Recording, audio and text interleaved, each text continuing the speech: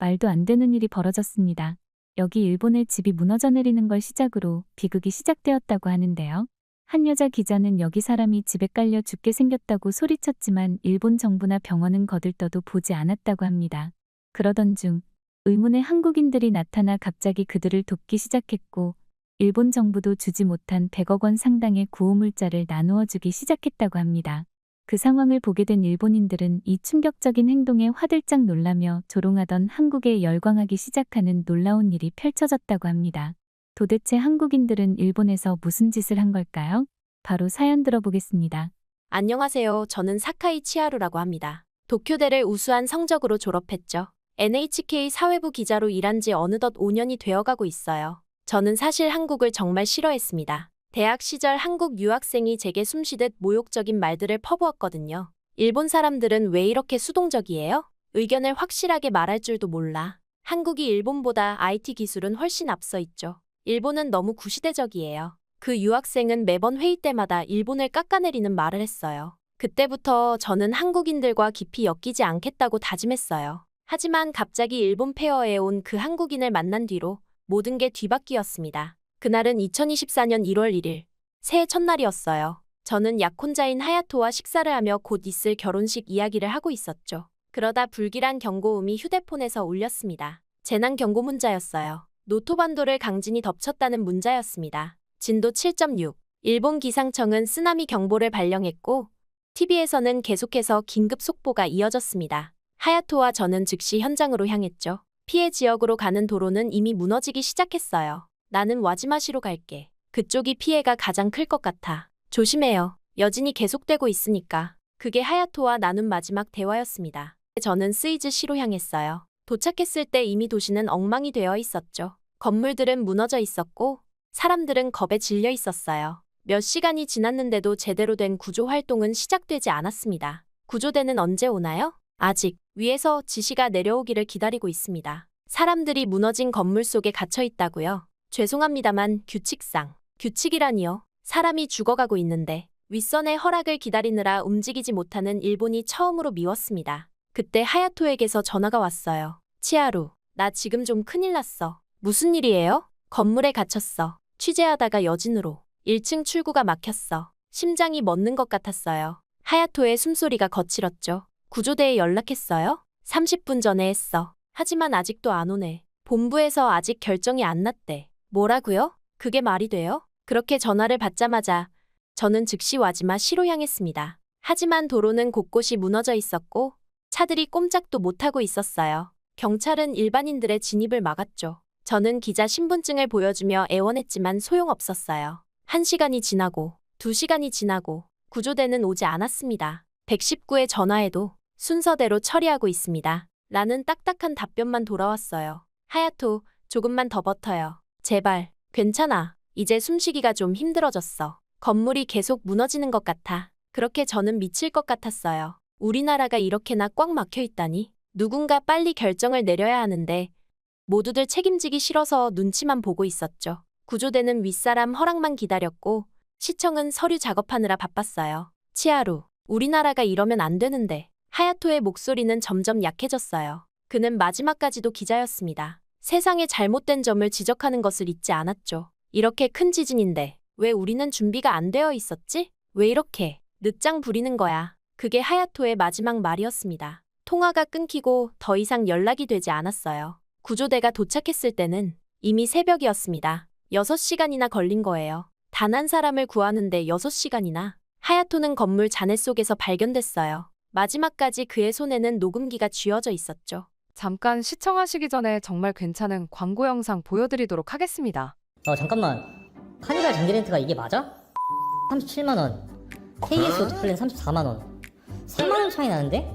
야, 이게 4년이면은 150만원 정도 차이인데, 야, 이 정도면 차 등급을 하나 올려야 되겠다. 하인트카 리스트. 이거 뭐야? 일단 차가 되게 많네. 그랜저, 소렌토.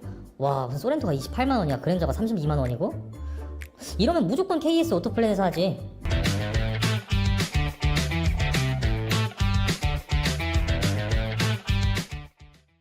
취재 수첩에는 마지막으로 이런 글이 적혀 있었다고 해요. 지진 대응이 너무 늦다. 현장에서 지휘할 사람이 없다. 아무도 결정을 내리지 않는다. 결국 저는 장례식장에서 참을 수 없는 분노가 치밀었어요. 하야토는 죽지 않아도 됐습니다. 우리나라가 이렇게 꽉 막혀 있지만 않았더라면, 누군가 빨리 결정하고 행동했더라면, 그의 죽음은 우리 사회의 큰 문제점을 똑똑히 보여줬어요. 아무도 책임지려 하지 않고 눈앞에서 사람이 죽어가는데도 규칙과 서류를 먼저 챙기는 이런 곳에서 더는 일하고 싶지 않았습니다. 그렇게 하야토의 장례식이 끝나고 이틀 뒤 저는 다시 현장으로 나왔어요. 기자니까 그래야만 했죠. 하야토도 그랬을 테니까요. 하지만 마음 한구석이 무너져 있었어요. 취재를 하면서도 자꾸 그날이 떠올랐습니다. 그런데 그날 제 눈앞에서 놀라운 일이 벌어졌어요. 저기 봐요. 한국 구호단체래요. 벌써 세 번째 비행기래. 의료진이랑 장비를 잔뜩 가져왔대요. 그때 사람들 사이에서 웅성거림이 들렸어요. 처음엔 귀를 의심했죠. 한국이라니. 그것도 우리보다 먼저? 하지만 사실이었어요. 파란 조끼를 입은 한국 구조대원들이 체계적으로 움직이고 있었어요. 우리 구조대가 아직도 본부의 지시만 기다리고 있을 때 그들은 이미 현장을 장악하고 있었죠. 여기 중상자가 있습니다. 산소호흡기 준비하세요. CT 검사 필요합니다. 이동식 병원으로. 그 순간 한국말과 일본말이 뒤섞여 들렸어요. 그들은 일본어가 서툴렀지만 움직임은 정확했어요. 누가 시킨 것도 아닌데 서로 알아서 척척 움직였죠. 그때였어요. 한 남자가 제게 다가왔어요. 여기 위험한데 좀 물러나 계시는 게 좋을 것 같아요. 일본어였지만 살짝 어색한 억양이 느껴졌어요. 그는 파란 조끼 위에 통역 완장을 차고 있었죠. 저 기자예요. 취재 중이라. 아, 기자님이세요? 그러면 우리 본부장님을 인터뷰해 보시는 건 어떠세요? 지금 막 도착하셨거든요. 그렇게 저는 강도윤을 처음 만났습니다. 그는 한국 최대 민간구호단체의 현장 본부장이었어요. 놀랍게도 일본에서 3년간 살았다고 하더군요. 왜 이렇게 빨리 오셨나요? 당연히 와야죠. 이웃나라에서 이런 일이 있는데. 하지만 한국과 일본은 저는 순간 말을 끝맺지 못했어요. 솔직히 말하면 한국이 이렇게까지 해줄 거라고는 상상도 못했거든요. 정치는 정치고 사람은 사람이에요. 지금은 사람을 살리는 게 먼저죠. 그의 말투는 단호했어요. 그리고 그의 행동은 말보다 더 강력했죠. 어제부터 930억 원이 모금됐어요. 우리 국민들이 자발적으로 보내준 돈이에요. 네? 이틀 만에요? 네, 더 모일 것 같아요. 사람들이 정말 걱정하고 있거든요. 순간 믿기지 않았어요. 우리나라 뉴스에서는 늘 한국이 반일 감정이 심하다고 했는데 이게 정말 사실일까요? 한국은 재난 대응 시스템이 이렇게 잘 되어 있나요? 시스템이라기보다 그냥 빨리 움직이는 게 몸에 배어서요. 한국은 재난이 나면 모두가 하나가 되거든요. 도윤 씨의 팀은 정말 빨랐어요. 1시간도 안 돼서 이동식 병원을 세웠고 중상자들을 치료하기 시작했죠. 의료진들은 쉬지도 않고 일했어요. 좀 쉬세요. 벌써 12시간째인데 아직 괜찮아요. 더 많은 사람을 살릴 수 있을 것 같아서요. 그들은 제가 아는 한국의 모습과 달랐어요. 시끄럽지도 이기적이지도 않았어요. 오히려 우리보다 더 조용히, 더 효율적으로 움직였죠. 매일 밤 본부에서는 회의가 열렸어요. 다음 날 어디를 지원할지, 무엇이 더 필요한지 모두가 자기 생각을 자유롭게 말했고 결정은 빠르게 이뤄졌죠. 도윤 씨, 궁금한 게 있는데요. 네, 말씀하세요. 왜 이렇게까지 해주시는 거예요? 솔직히 우리나라가 한국에 잘해준 것도 아닌데. 도윤 씨는 잠시 생각에 잠기더니 이렇게 말했어요. 치하루 씨, 산에서 조난당한 사람을 만난다면 어떻게 하시겠어요? 그 사람이 어느 나라 사람인지 먼저 물어보시겠어요? 그 말에 아무 대답도 할 수 없었어요. 며칠 동안 저는 그들의 모습을 지켜봤어요. 한국 의료진이 도착하면서 중상자들이 기적처럼 살아났고 매일 10억 원 규모의 구호물자가 쏟아져 들어왔죠. 더 놀라웠던 건 그들이 일본 자원봉사자들과 완벽하게 협력하는 모습이었어요. 언어가 안 통해도 손짓, 몸짓으로 서로를 이해했고 때론 서툰 일본어와 한국어가 뒤섞여 웃음이 나오기도 했죠. 그렇게 저는 꿈만 같은 광경을 찍고 나서야 숙소로 향했습니다. 숙소로 돌아와 기사를 쓰면서도 한국의 도움을 최대한 작게 다루려 했어요. 한국 구호단체도 도움을 주고 있다 정도로만 써내려갔죠. 하지만 이상했어요. 자판을 두드리는 손가락이 자꾸 멈췄고 화면 속 글자들이 저를 비웃는 것만 같았어요. 쓰고 지우기를 수십 번. 진실을 외면하는 제가 너무나도 초라하게 느껴졌습니다. 그날 밤 하야토가 꿈에 나왔어요. 꿈에서 깨고 나서도 한참을 울었죠. 하야토가 갇혀있을 때 우리나라는 규칙과 절차만 따지고 있었는데 이웃나라는 우리를 위해 이렇게 뛰어다니고 있으니까요. 그렇게 다음날 아침이 되었고 처음으로 솔직한 기사를 썼어요. 한국의 도우미 피해 지역을 어떻게 지탱하고 있는지, 24시간 쉬지 않는 의료진들의 모습, 체계적인 구호 활동과 신속한 의사결정까지. 제가 본 모든 것을 있는 그대로 담았습니다. 데스크에서는 기사의 수위를 조절하라는 지적이 들어왔어요. 하지만 더는 물러설 수 없었죠. 하야토의 죽음 앞에서 우리의 잘못된 관행과 태도를 더는 덮어둘 수 없었으니까요. 현장에서는 매일같이 놀라운 광경이 펼쳐졌어요. 한국 의료진들은 밤낮 없이 일했고 구호물자는 끊임없이 도착했죠. 그들의 움직임은 마치 잘 정비된 기계처럼 정확했어요. 우리가 결제를 기다리는 동안 그들은 이미 3번의 구조 작전을 끝냈죠. 우리가 회의를 하는 동안 그들은 벌써 다음 마을로 향하고 있었어요. 특히 기억에 남는 건 한밤중의 구조 현장이었어요. 여진으로 또 다른 건물이 무너질 위험이 있었죠. 우리 구조대는 안전진단을 기다리고 있었지만 한국 구조대는 바로 움직였어요. 위험을 감수하고 들어가 3명의 생존자를 구해냈죠. 그때 깨달았어요. 규칙과 절차도 중요하지만 때론 과감한 결단이 생명을 구한다는 걸요. 또한 한국인들의 모금 소식을 들을 때마다 마음이 복잡했어요. 930억 원이라는 돈은 단순한 숫자가 아니었죠. 그건 우리를 향한 따뜻한 마음이었어요. 과거의 아픔을 뒤로하고 어려운 이웃을 돕겠다는 의지였죠. 어릴 때부터 자연스럽게 쌓아온 편견들이 하나둘 깨져나갔어요. 한국이 일본을 무조건 미워한다고 생각했던 제가 부끄러워졌고 우리가 도와줘도 고맙다는 말도 없다고 했던 부모님의 말씀도 이제는 달리 들렸죠. 그동안 제가 얼마나 한쪽으로 치우친 시선으로 세상을 보고 있었는지 깨달았어요. 제가 쓴 기사는 방송국 내부에서 큰 논란이 됐어요. 편집회의에서 기사가 방송사의 논조와 맞지 않는다며 전면 수정하라는 지시가 내려왔죠. 그 순간 속에서 뜨거운 것이 올라왔어요. 하야토가 그토록 싫어하던 모습이었으니까요. 진실을 외면하고 불편한 현실을 덮어버리려는 우리 언론의 모습이요. 회의실에서 나오면서 마음이 무거웠어요. 이대로는 안 되겠다는 생각이 들었죠. 며칠 동안 고민하다가 특별 기획안을 제출했어요. 한국의 재난 대응 시스템을 직접 취재하겠다는 내용이었죠. 우리가 놓치고 있는 것, 우리가 배워야 할 것들을 현장에서 찾아보고 싶었어요. 처음엔 당연히 거절당할 거라 생각했어요. 하지만 의외로 기획안은 통과됐죠. 아마도 지진 이후 시청자들 사이에서도 한국의 빠른 대응에 대한 관심이 커졌기 때문이었을 거예요. 밤하늘을 보며 생각했어요. 하야토가 그토록 바라던 것처럼 이제는 진실을 제대로 마주하고 있다고요. 매일 밤 늦게까지 일하는 한국 의료진들, 가방 가득 구호물품을 나르는 자원봉사자들. 그들을 보면서 제 생각이 잘못됐다는 걸 조금씩 인정하게 됐어요. 이제 저는 더 깊이 알고 싶어졌어요. 그들의 빠른 행동력과 결단력이 어디서 오는지, 위기 앞에서 하나가 되는 그 힘이 무엇인지, 그리고 어쩌면 그곳에서 우리나라가 변할 수 있는 답을 찾을 수 있을지도 모르겠다는 생각이 들었어요. 그렇게 저는 한국행 비행기 티켓을 끊었고 한국으로 향했습니다. 그날은 비가 쏟아지던 밤이었어요. 취재차 한국에 온 지 3일째.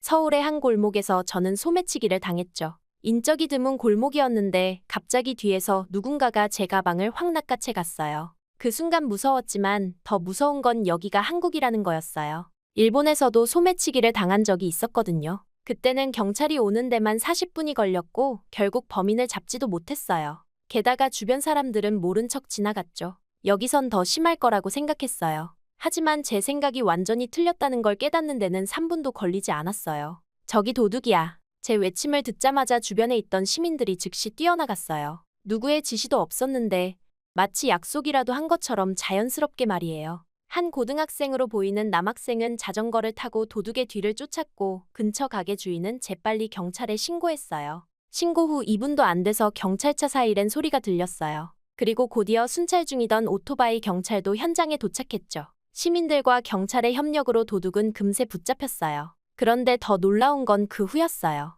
주변 상인들이 저를 걱정하며 따뜻한 차를 건네주었고 무서웠을 거라며 위로해 주었어요. 경찰은 영어가 가능한 직원을 즉시 투입해 제 진술을 정확하게 들었죠. 마치 오래된 이웃들처럼 자연스러운 그 모습들이 제 가슴을 울렸어요. 근처 경찰서에서 진술을 마치고 나오는데 아까 자전거로 쫓아갔던 학생이 기다리고 있더라고요. 혹시 필요한 게 더 있냐며 이게 정말 한국인가 싶었어요. 제가 알던 한국은 무질서하고 위험한 나라였는데 그렇게 숙소로 돌아오는 길에 생각이 많아졌어요. 지진 당시가 자꾸 떠올랐거든요. 한국 구조대가 그토록 빠르게 움직일 수 있었던 건 결국 이런 일상에서 비롯된 게 아닐까요? 누가 시키지 않아도 서로 돕는 게 당연하다고 여기는 문화. 신속한 대응이 몸에 밴 시스템. 그날 밤 창밖의 서울거리를 바라보며 생각했어요. 제가 본 건 단순한 치안 시스템의 차이가 아니었어요. 그건 삶을 대하는 자세의 차이였죠. 사람이 먼저고 규칙이나 절차보다 행동이 앞서는 곳. 하야토가 살아있었다면 이런 곳이었을까? 그렇게 저는 도쿄로 돌아오는 비행기 안에서 멍하니 창밖을 바라봤어요. 하늘 위에서 바라본 도쿄는 여전히 반듯하고 깨끗했지만 왠지 낯설게 느껴졌죠. 어렵게 써내려간 기사를 데스크에 올린 건 출근 첫날 아침이었어요. 한국에서 제가 겪은 일들, 그들의 신속한 대처와 따뜻한 시민의식까지 모든 걸 담았죠. 그런데 부장님의 반응이 이상했어요. 치하루 씨, 이 기사 좀 문제가 있어요. 네? 우리나라 시스템을 너무 비판적으로 다룬 것 같아서 그 순간 가슴 한편이 답답해졌어요. 진실을 외면하는 건 저희가 아니었나요? 하야토가 살아있었다면 그가 갇혀있던 그 시간에 우리처럼 절차만 따지고 있진 않았을 텐데. 순간 사무실로 돌아와 모니터를 멍하니 바라봤어요. 화면 속엔 제가 5년 동안 써온 기사들이 가득했죠. 사회 문제를 다룬다고 자부했지만 결국 아무것도 바꾸지 못했어요. 모두가 납득할 만한 수위로 맞추다 보니 날카로움은 사라지고 그저 무난한 기사들만 남았더라고요. 창밖으로 보이는 도쿄의 밤거리는 여전히 고요했어요. 질서정연하게 줄 서 있는 사람들, 빨간불에 멈춰 서 있는 차들. 모든 게 규칙적이고 안정적이었죠. 하지만 그 안정감이 불편하게 느껴졌어요. 우리는 너무 많은 걸 규칙이란 이름으로 포기하고 있었나 봐요. 하야토가 그토록 바꾸고 싶어 했던 것도 이런 거였겠죠? 밤늦게까지 사무실에 남아 고민했어요. 한국에서의 이주가 자꾸 떠올랐거든요. 그곳에선 규칙보다 사람이 먼저였어요. 위험한 순간에 서로를 돕는 게 자연스러웠고 옳은 일을 위해선 절차 따위 과감히 무시했죠. 저는 퇴근길에 우연히 하야토와 자주 가던 선술집에 들렀어요. 그날따라 유독 그 사람이 그리웠거든요. 하야토, 난 이제 여기서 일하면 안 될 것 같아. 그렇게 저는 술잔을 기울이며 혼잣말처럼 중얼거렸어요. 옆자리에서 누군가 웃고 떠드는 소리가 들렸지만 제 귓가에선 하야토의 마지막 음성이 자꾸만 맴돌았어요. 다음 날 사직서를 썼어요. 손이 떨렸지만 마음은 이상하게 편했죠. 부모님은 분명 반대하실 거예요. NHK 기자라는 안정적인 직장을 포기하는 게 얼마나 큰 모험인지 잘 알아요. 하지만 이대로는 안 될 것 같았어요. 그렇게 부모님 댁을 찾아간 건 휴직계를 낸 다음 날이었어요. 한국으로 간다는 제 이야기에 아버지는 말없이 자리를 피하셨고 어머니는 한참을 우셨죠. 치하루, 내가 미쳤구나. NHK를 그만둔다고? 한국에 간다고. 네, 제가 정말 하고 싶은 일을 찾은 것 같아요. 하고 싶은 일? 여기서도 얼마든지 할 수 있잖아. 식탁 위에는 차가운 녹차만 남아있었어요. 어머니는 제 손을 꼭 잡으시더니 울먹이며 말씀하셨죠. 내가 그렇게 키운 게 아닌데 우리가 뭘 잘못했니? 순간 가슴이 아팠어요. 하지만 전 이미 결심한 뒤였어요. 하야토의 죽음 이후로 더는 도망치고 싶지 않았거든요. 그가 끝내 못 이룬 꿈, 진정한 저널리스트로서의 삶. 이제는 제가 그 꿈을 이어가고 싶었어요. 어머니, 전 잘못된 걸 보고도 모른 척하는 기자가 되기 싫어요. 우리나라가 변해야 한다는 걸 알면서도 침묵하는 기자로 살고 싶지 않아요. 그제야 어머니의 표정이 조금 누그러졌어요. 아마도 제 눈빛에서 결심을 읽으셨나 봐요. 언제 가니? 다음 달이요. 그때까진 한국어를 더 공부하려고요. 돌아올 거예요. 꼭 성공해서 우리나라도 변할 수 있다는 걸 보여드릴게요. 그렇게 저는 퇴근 후엔 매일 한국어 학원에 다녔어요. 처음엔 낯설기만 했던 한글이 조금씩 눈에 들어오기 시작했죠. 한국 드라마를 보면서 발음을 따라하고 한국 뉴스를 들으며 귀를 훈련시켰어요. 매일 밤 컴퓨터 앞에 앉아 한국 방송국 채용 공고를 검색했어요. 영어로 된 국제부 리포터 모집 공고를 발견했을 땐 심장이 터질 것 같았죠. 밤새워 자기소개서를 쓰고 또 썼어요. 제가 왜 한국에서 일하고 싶은지, 어떤 기자가 되고 싶은지, 저는 그렇게 떨리는 마음으로 지원서를 제출했어요. 면접 제안을 받은 건 일주일 뒤였죠. 저를 부르는 이유가 단순한 호기심은 아닐까 걱정도 됐어요. 일본 NHK 출신 기자의 이직 이런 식의 가십거리로만 볼까봐. 하지만 면접에서 만난 한국 방송국 국제부장님의 첫마디는 달랐어요. 치하루 씨가 쓴 지진 당시 한국 구조대 관련 기사들을 봤습니다. 매우 인상적이었어요. 그 순간 눈시울이 뜨거워졌어요. 제 기사를 읽어주신 분이 있었다니. 게다가 한국에서 저희는 지금 일본과 한국의 가교 역할을 할 수 있는 인재가 필요합니다. 양국의 진짜 모습을 전할 수 있는. 그렇게 성공적으로 면접을 마치고 나오는 길. 하늘이 유난히 높아 보였어요. 이제 시작이겠죠? 어쩌면 실패할지도 모릅니다. 하지만 이번엔 제가 진심으로 원하는 길이라는 생각이 들었죠. 하늘을 보니 문득 지금까지 제게 있었던 일들이 주마등처럼 스쳐 지나갔습니다. 어릴 때부터 한국을 싫어했던 제가 이제는 한국에서 새로운 삶을 시작하려 한다니. 이런 변화가 제게 올 거라고는 꿈에도 생각하지 못했습니다. 하지만 인생이란 게 참 이상해요. 우리가 미워하고 거부하던 것 속에 답이 있을 수도 있다는 걸 이제야 알았어요. 처음 지진이 일어났을 때 저는 일본의 시스템이 얼마나 느리고 무기력한지 뼈저리게 느꼈어요. 규칙과 절차라는 이름으로 우리는 얼마나 많은 것들을 놓쳐왔을까요? 하야토는 그 시스템의 희생양이었어요. 하지만 한국은 달랐어요. 그들은 행동이 먼저였고 사람이 우선이었죠. 소매치기 사건에서 보여준 시민들의 자발적인 협력, 경찰의 신속한 대응. 모든 게 생명을 먼저 생각하는 마음에서 비롯된 거였어요. 우리가 질서라고 믿었던 것은 어쩌면 두려움이었을지도 모르겠어요. 실수할까봐, 책임져야 할까봐, 나서면 안 된다는 이상한 믿음. 그런 것들이 우리를 움직이지 못하게 만들었던 거예요. 이제는 알 것 같아요. 진정한 변화는 규칙을 지키는 것이 아니라 때론 규칙을 깨트리는 용기에서 시작된다는 걸요. 하야토가 그토록 바라던 것도 이런 거였을 거예요. 더 나은 세상을 위해 목소리를 내고 행동으로 옮기는 그런 용기. NHK를 떠나는 건 쉬운 결정이 아니었어요. 하지만 이제는 확신해요. 진실을 전하는 기자가 되려면 때론 안정적인 울타리를 벗어나야 한다는 거요. 변화는 늘 낯설고 두렵지만 그 속에서 우리는 성장하니까요. 한국으로 떠나는 이 선택이 제 인생의 모든 걸 바꿔놓을지도 모르겠어요. 하지만 이제는 두렵지 않아요. 왜냐하면 이게 바로 제가 찾던 답이니까요. 하야토, 이제야 저는 진정한 기자의 길을 걷기 시작한 것 같아요. 제 이야기는 여기까지입니다. 지금까지 들어주신 모든 분들께 감사의 말씀 전하고 싶어요. 행복하세요.